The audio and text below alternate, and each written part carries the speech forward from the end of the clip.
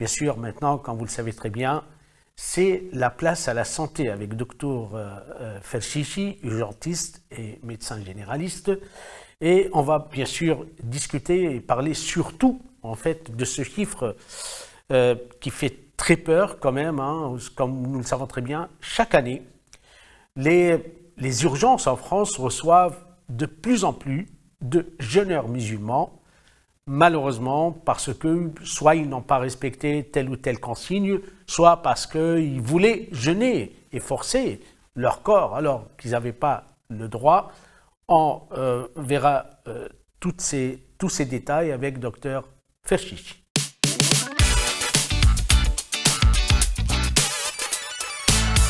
Donc, notre invité dans la rubrique santé, c'est Dr Mourad Ferchichi. C'est un urgentiste et médecine générale.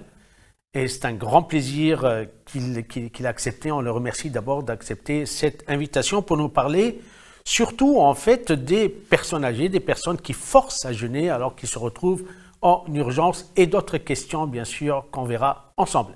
Dr Ferchichi, Ramadan Karim Mubarak, salam alaikum. السلام عليكم ورحمة الله وبركاته كل عام وانتم حيين بخير إن شاء الله. Comment ça va? Vous allez bien? Alhamdulillah, ça va très bien. Très très bien. D'accord. On parle en français ou oui, on français, parle en français. arabe? Français. D'accord, ok. Alors, en tant qu'urgentiste, est-ce que c'est vrai que le constat qui a été fait depuis des années, c'est que beaucoup de jeûneurs, surtout personnes âgées, femmes enceintes, etc., les personnes qui ont des antécédents, se retrouvent en urgence pendant le ramadan. Est-ce que vous confirmez ce constat ou pas? Tout d'abord.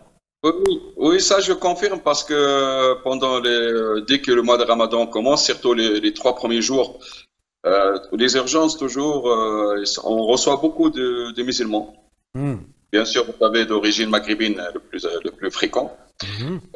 Et donc, ce sont tous des personnes âgées, surtout, ou ce sont des personnes qui insistent de faire le jeûne malgré que leur médecin ils ont interdit de faire le jeûne, vu les maladies qu'ils portaient, vu le traitement qui est en cours et vu parfois l'âge. Et donc, on se trouve confronté toujours après 2 heures ou 1 heure et demie après le rupture du jeûne, qu'on reçoit aux urgences beaucoup de musulmans, malheureusement. D'accord, très bien. Pardon, docteur. Là, vous dites 2 choses très importantes. La première, vous dites soit l'âge, soit parce qu'ils sont sous traitement, ou soit parce que c'est incompatible. Donc, si on peut vraiment revenir là-dessus, c'est très important. Donc, est-ce que l'avancée de l'âge pourrait être une des causes qui ramènerait la personne en urgence? Bon, malheureusement, vous savez, avec l'âge qu'on a, par exemple, des personnes âgées, toujours, ils deviennent de plus en plus fragiles. Et un grand nombre des personnes âgées qui ont toujours des maladies associées, bien sûr, à l'âge, ou diabète, hypertension, des problèmes cardiaques et tout ça. Donc, les personnes, par exemple, âgées, admettons on dit âgées à partir de 75 ans, 80 ans, qui sont en bonne santé, qui ne prennent pas de médicaments, bien sûr, le jeûne, heureusement, et maintenant, beaucoup de recherches scientifiques qui confirment que le jeûne, c'est très, très bien pour la santé. Donc, ça sera mieux de continuer à faire leur jeûne, mais par contre, j'insiste que ces personnes-là, il faut qu'ils se réhydratent comme il faut le soir, qui fractionnent leur repas le soir et qui font le suhour. Je ne sais pas en français comment vous dites, c'est le matin tôt. Oui, c'est ça en fait, c'est le petit déjeuner de l'aube en fait, disons. Voilà. Le petit déjeuner, voilà, pour commencer le jeûne. Ça, c'est très, très, très important. Et même dans notre religion et le prophète Mohammed, tout ça, il insiste sur le suhour. Bien sûr. Parce qu'on a confirmé maintenant scientifiquement que c'est très, très important pour le corps. Et donc, les personnes âgées qu'on lui trouve aux urgences, qui viennent, bien sûr, surtout les 3 à 4 premiers jours du mois de Ramadan, ce sont des personnes qui ont des problèmes cardiaques, ce sont des personnes diabétiques, ou ce sont des personnes aussi qui vivent, par exemple, qui ont des insuffisances rénales ou insuffisances cardiaques. Et malheureusement, le jeûne n'est pas bien pour eux, et bien sûr, ils viennent aux urgences avec des déshydratation ou avec un trouble hydroélectrolytique, comment dirais-je, ou un problème aussi d'acétose, de diabète mal équilibré, parce qu'aussi, il y a des personnes âgées qui ne savent pas gérer leur traitement pendant le mois de Ramadan. Alors, pardon, si j'ai bien compris, je vais profiter au maximum de votre présence. Donc, les personnes âgées qui ont des médicaments, est-ce que tous, en fait, pourraient jeûner ou bien non, en fait, une personne âgée, elle est sous traitement, donc elle a des médicaments, elle doit respecter l'ordre des médicaments. Beaucoup de personnes âgées disent que, bon, moi, en fait, je suis pas obligé, non, en fait, je vais m'organiser de sorte à ce que je prenne tous mes médicaments le soir, et comme ça, je suis tranquille. Non, non. Bah, c'est ça le problème, vous voyez, c'est-à-dire, malheureusement, ce que j'essaie de conseiller, c'est mes patients à moi, par exemple. Dans ce cas-là, il faut, par exemple, si vous voulez faire le jeûne, il faut contacter votre médecin 15 jours avant le mois de Ramadan. D'accord. Donc, vous allez voir votre médecin et en fonction de ce que vous prenez comme médicament, nous, on peut agir. On peut dire, par exemple, ce médicament-là pour la thyroïde, par exemple, vous pouvez le prendre telle heure à telle heure, il n'y a pas de problème. Ce médicament pour la tension, vous pouvez le prendre de telle heure. Mais il y a d'autres médicaments qu'on peut pas. On peut pas les fractionner ou on peut pas les prendre en même temps ou on peut pas les changer. Et ça, malheureusement, ces gens-là, le jeûne, c'est interdit.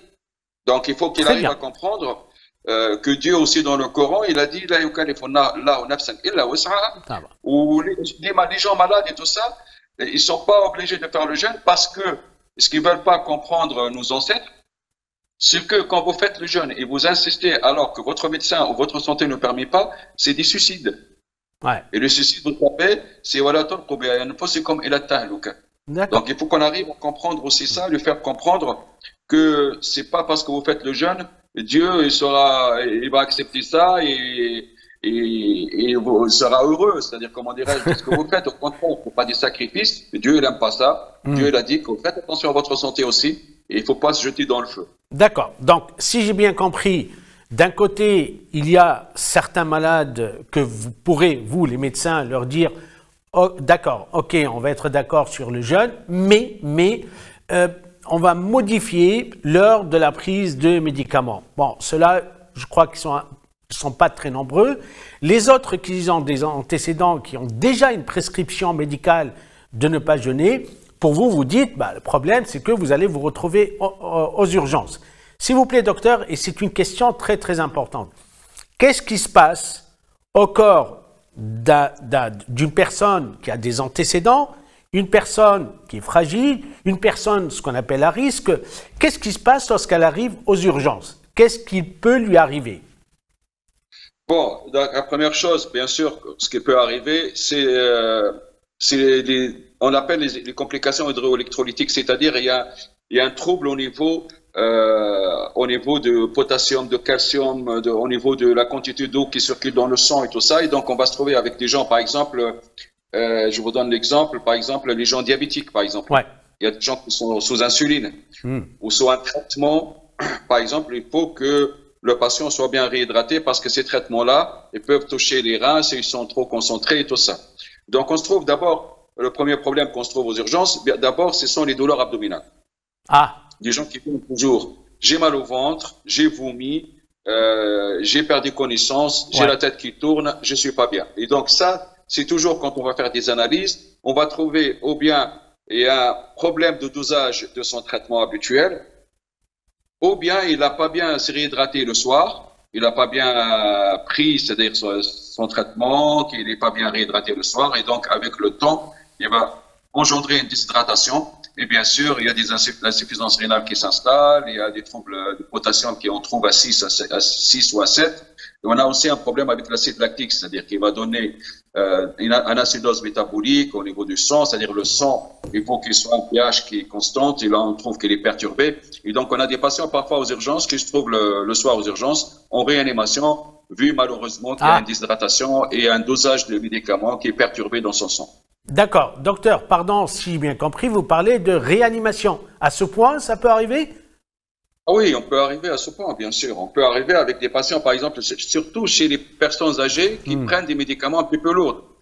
Pour le cœur, pour le diabète, un diabète qui est mal équilibré, ou il a mélangé son traitement. Et malheureusement, parfois, on se trouve avec des patients qui sont sous anticoagulants. Et donc, qui prennent un petit peu, qui perturbent avec la déshydratation, leur dosage s'est perturbé. Donc, le soir, il y a des patients, par exemple, qui augmentent leur dose de médicaments, qui baissent leur dose de médicaments sans avis médical. Et après quelques jours de jeûne, on se retrouve aux urgences avec des problèmes graves. Hein. D'accord. Docteur, s'il vous plaît, c'est aussi une remarque très importante. Là, vous insistez beaucoup que c'est après 2-3 jours que ça apparaissent en fait les difficultés. Comment on l'explique? Est-ce que réellement le corps en fait réagit tard, ou bien on peut trouver des personnes dès le premier jour, ils tombent dans les pommes, comme on dit? Donc on a des personnes qu'on les voit dès les premiers jours, mais ce sont toujours des personnes qui leur corps ils sont pas encore adaptés. Ah. Adaptés aux jeunes, bien sûr, c'est un changement Bien sûr. de comportement. Et donc, le corps, bien sûr, qui est habitué à se réhydrater ou à manger à 8 heures du matin, à midi, à 18 heures, et se trouver sans, bien sûr, ni d'eau, ni de nutrition, avec quelqu'un qui, le soir, il mange pas bien, il se réhydrate pas bien pour récupérer ce qu'il a perdu la journée. Donc, c'est-à-dire ces gens-là, on lui trouve au premier jour qui sont un petit peu plus de douleurs abdominales parce qu'il a vraiment exagéré après la rupture de jeûne, il a mangé trop, et on a des troubles digestifs, des vomissements, des nausées. Ça, c'est ce qu'on voit les premiers jours. Après, ce qu'on va voir, par exemple, 3e, 4e, 5e jour, ce sont de plus des patients qui sont sous traitement et qui ont mal géré leur traitement. Et donc, ces gens-là, bien sûr, avec l'accumulation les symptômes apparaissent après.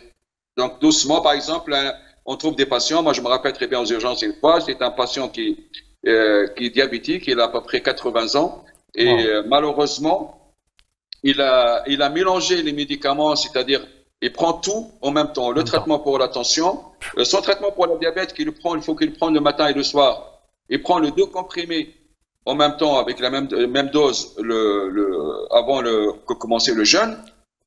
Il se trouvait avec une hypoglycémie, avec des troubles électrolytiques, avec une insuffisance rénale qui s'est installée et tout ça. Donc c'est ça. Et donc ça a commencé doucement. C'est-à-dire, premier jour, il a fait ça, ça a passé. Deuxième jour, il a fait ça, a passé. Troisième jour, bien sûr, des petits symptômes qui commençaient à apparaître. 4e jour, il a fait un malaise et sa famille l'a amené aux urgences. Et là, quand on a fait le bilan sanguin, on a trouvé des perturbations sur le bilan sanguin. Très bien. Est-ce que vous avez remarqué qu'il y a des différences entre les femmes et les hommes dans ce type de cas, ou bien ça concerne les deux? Moi, je n'ai pas remarqué de différence, ça concerne les deux. Par contre, bien sûr, la femme, on ajoute, c'est plus la femme enceinte, bien sûr, parfois, surtout les derniers jours, les derniers mois de grossesse, il faut faire attention.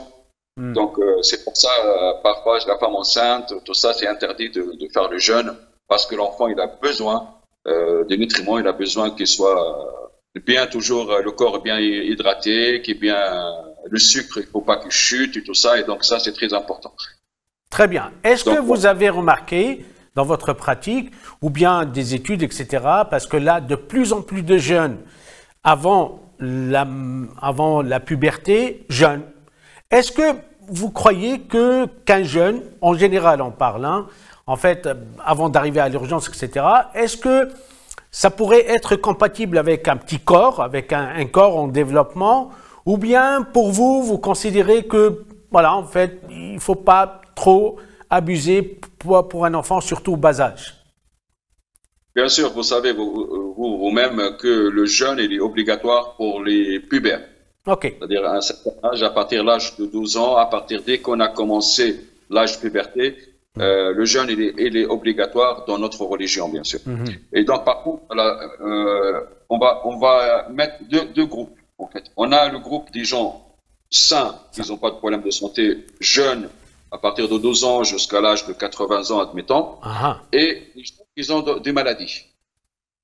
Pour les gens qui ont des maladies, on a parlé, ce sont des gens, il faut, le jeûne est très bien pour la santé, c'est confirmé scientifiquement, même on utilise maintenant le jeûne pour traiter le cancer et que donner la chimio avec quelqu'un qui faisait le jeûne avant, on a trouvé que les résultats sont très très bons, très bons.